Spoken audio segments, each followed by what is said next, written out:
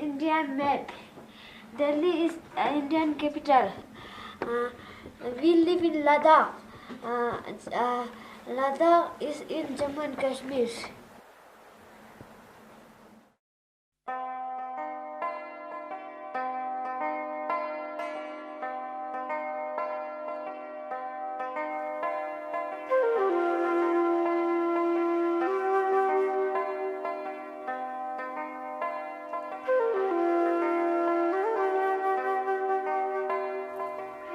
Ladakh is a land of ancient traditions.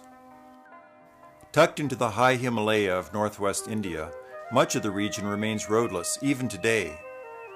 The rugged landscape acts as a formidable obstacle to human habitation, yet the resilient Ladakhi culture maintains its tenuous existence much as it has for centuries. That said, life here is anything but easy. In the villages, anemia affects most women, and their illiteracy rates are nearly 100%. Villagers want to improve their health and welfare, but simply lack resources and information to effect changes.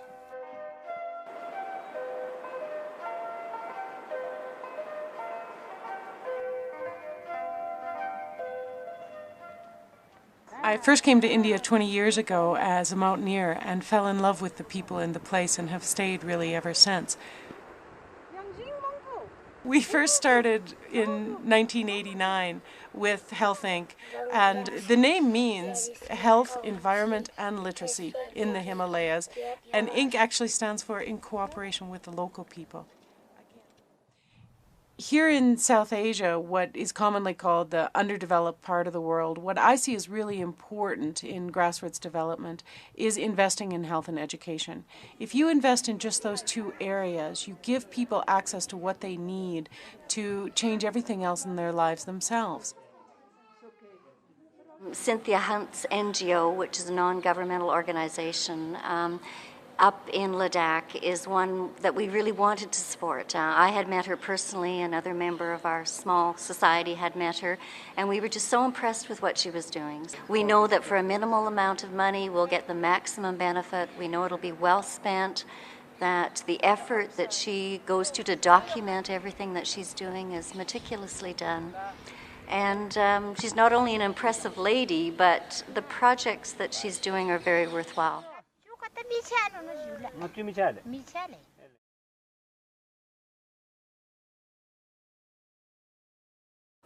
All of our projects start first in the village and come to us. We never go to the village with a project idea. And in fact, when we first come out to a village, the first thing the villagers have to do is we all collect together, every single person, 400 people in a village, 50 people in a village, it doesn't matter. We all have to come together and sign an agreement for a 3-year work plan. If anybody in the village disagrees with anything that's in that 3-year plan, knowing that they have to do 90% of the work, we won't come back to that village. It simply is not sustainable, and in the long term, it doesn't do the real kind of self-help work that we're interested in doing.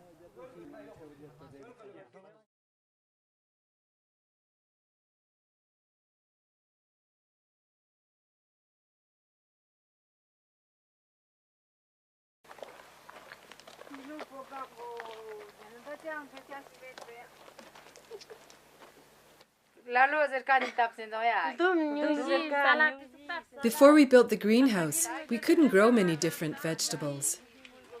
Now, we grow so many things for our children, like cabbage, cauliflower, and even tomatoes.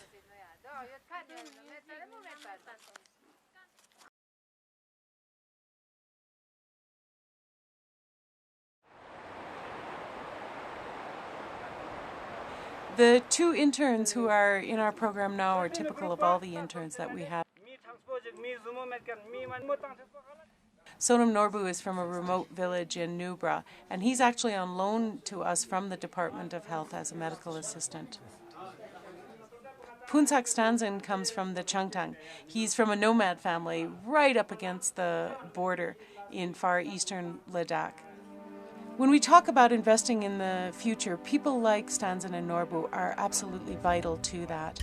These kids come from disadvantaged homes in the remote villages. I have been working with this Health Inc project since last 2 years, and one of the most important part of this project is to develop teaching materials for the remote villages schools in Ladakh, and the book should be relevant to our environment as well as culture of Ladakh.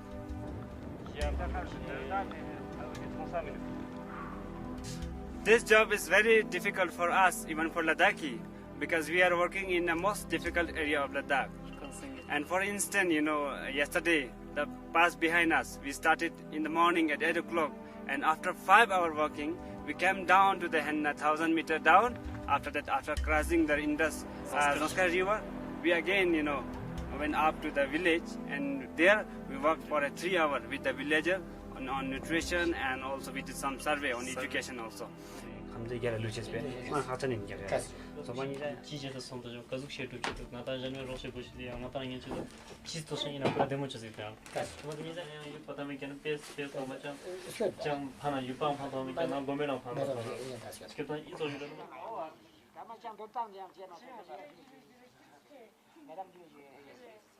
It's very easy for us Westerners to forget about access to information. We are inundated with information. We are overwhelmed by it. But in this part of the world, in the Himalayas, there are many places that don't have any access whatsoever to information. And here in Ladakh, it's really a big issue, and it has really been detrimental to development aid. If Ladakhis are to come into this century with any chance at all, it will be tied to that idea of access to information.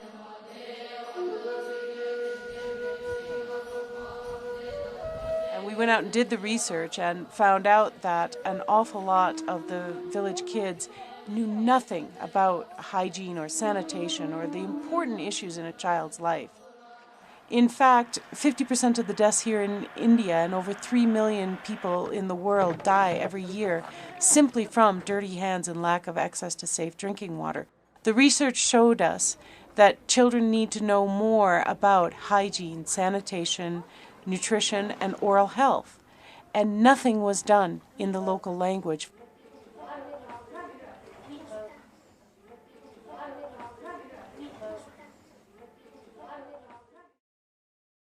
We created Padma as a character because we wanted her to be heroic in the children's eyes here. We wanted her to be clever and get out of tough situations and do things that really made sense in their day-to-day life. Everybody knows who Padma is now. In one of our books, Padma and the Plaques, we created this character, this naughty little bootsy.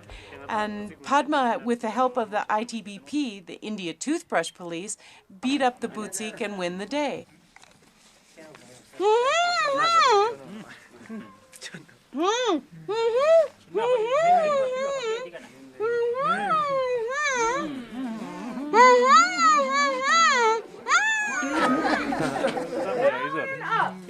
Down and up.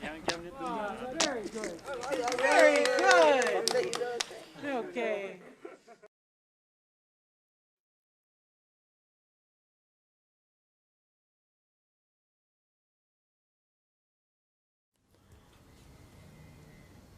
This part of the work has actually been a really interesting challenge. I'd never drawn before 5 years ago.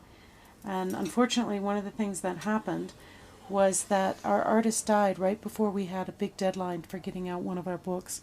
And so I had to just do the drawing myself and send it off.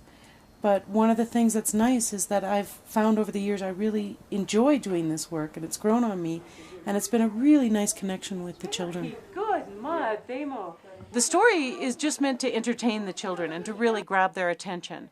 But an awful lot of health support material has to go out along with that storybook. By the time we finish, we also need teachers' guides to help the teachers to teach the books. We need medical assistant guides that teach them the fundamentals behind the lesson. And we need posters and stickers for the children, games. Sometimes they play hygiene snakes and ladders. And all of that material is a part of one single book that we produce.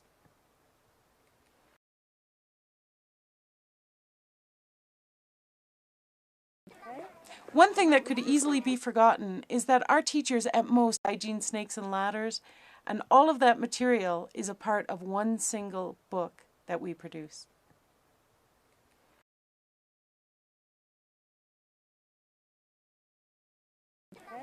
One thing that could easily be forgotten is that our teachers at most have 10 days of training. A lot of them never attended a university even, and they grew up in a schooling system where it was rote memorization and being beaten.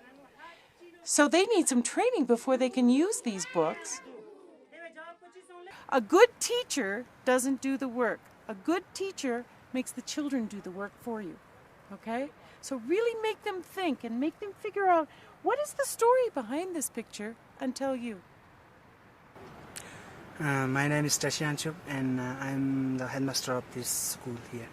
This sort of teaching aid is very useful, you know, which prepared by Cynthia, you know, because it's all on local environment like yak, Ladakhi houses, Ladakhi foods and traditional things, you know, because children quickly recognize it. So I think it's very useful in that way, you know, because it's relevant to this local environment and culture.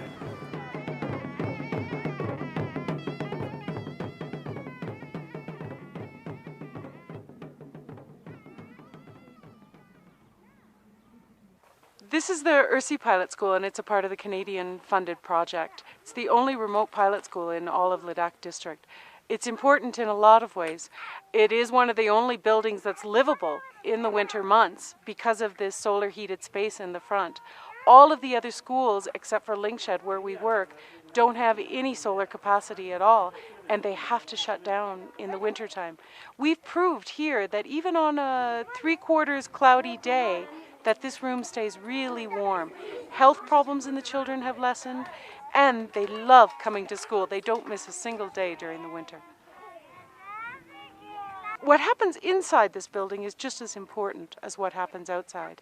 The children are introduced to activity-based learning here, and we test all of our materials in this school.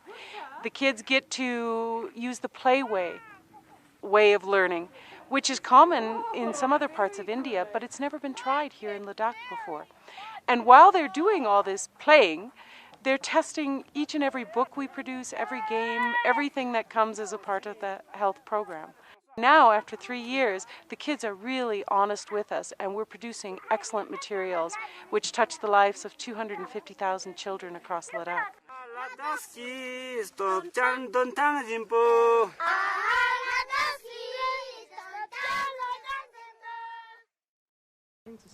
We have a couple of foreigners who are involved in our projects as volunteers, and they've been coming to us for a lot of years, and they are really valuable in making the projects a success out in the villages.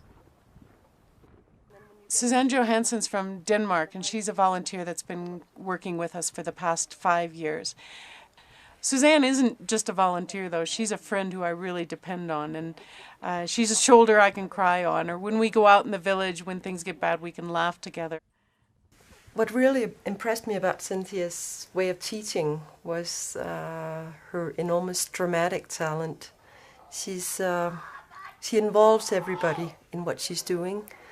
She doesn't let anybody sit in the corner and just listen. Everybody has to participate. And I think that way of teaching makes people remember better what they learn, because they enjoy and they are a bit frightened, they're embarrassed, but they have to surrender at last. And it always ends up that everybody's had a good time and are laughing, and she knows what she's doing, and she always sort of rolls it up into a conclusion so people can see the conclusion themselves.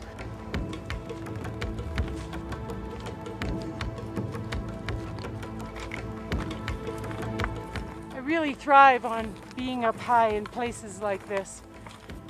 I really enjoy the solitude. It's actually a part of the job that I really like coming up over this pass, a 5,200 meter one, my commute to work in the morning.